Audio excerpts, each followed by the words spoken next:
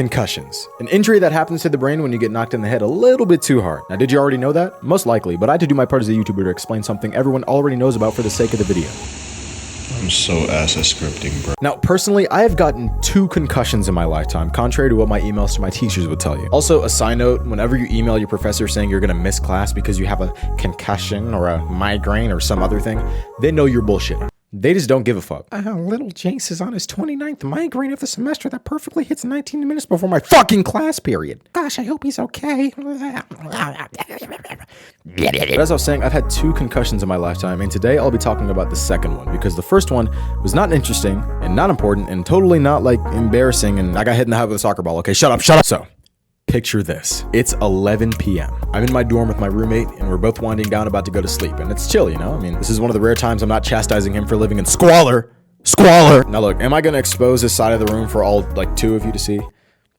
Yes. He's got a whole ass pizza box that had so much shit in here. What are you doing? What are you doing? Throw it away. Throw it away now. I am. Look at the mold. There's mold in there. Oh my God. There's Twix bottles, or there's Twix bag. Now, being that he isn't the most cleanly person, as you've just seen, he doesn't tend to push in his drawers. And the way our room is set up, and room is a stretch because it was more like a 6x7 foot cubicle of death and despair, my chair is facing the opposite direction of his drawers. So while I'm sitting on my chair on my phone, I see a funny ass reel. And being pretty good friends with my roommate, my first instinct is to show him the reel, right? Just a regular interaction between friends.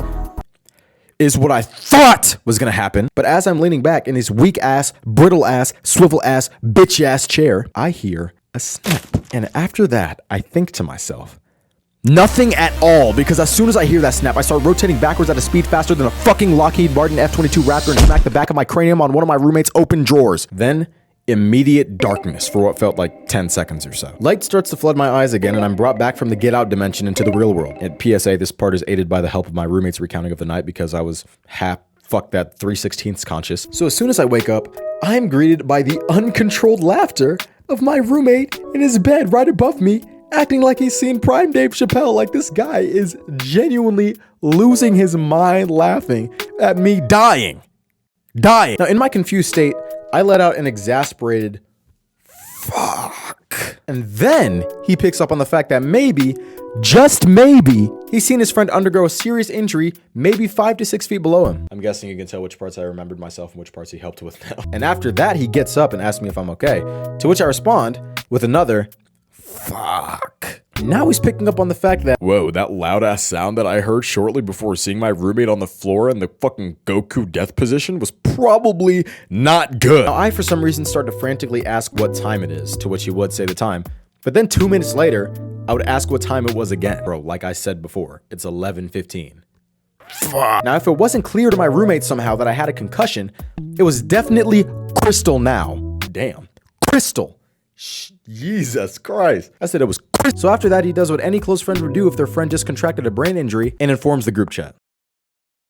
Those are real messages, by the way. And then I do possibly the worst thing anyone with a concussion can ever do, and that is go the fuck to sleep. Now, if you don't know, you should never, ever go to, or actually, hold on, is that even true? Wait a second. Okay, never mind. It's not as bad, but it's still not the greatest thing to do. Then I wake up late as hell the next day. I'm talking like 2 to 3 p.m. And not before sending emails to my professors to notify them of the reason why I missed their class like the good boy I am. I go meet my friends who are chilling outside. And as soon as I pull up, they point out how teeny tiny my pupils are. And I go, oh, that's weird. Especially since it feels like my pupils are getting hit with the wrath of 10 suns right now. Matter of fact, I think I have a picture of my eyes. Hold on. Here, look. Look at how small they look. My eyes look like pits. Well, I mean, if you got some big ass areolas, I guess. Or areoli. Or what the, it doesn't even fucking matter. What the fuck am I talking about? But anyway, I had to go to the hospital so I could get a letter from a doctor saying that my reason for missing class was actually a concussion. And then after like a week or so of resting, I was all good. And also, best believe if my professors weren't pressing me about a letter from a doctor,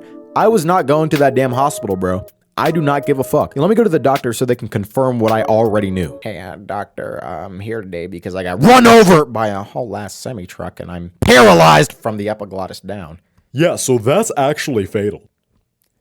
Yeah, that's actually a fatal injury. All right, end video.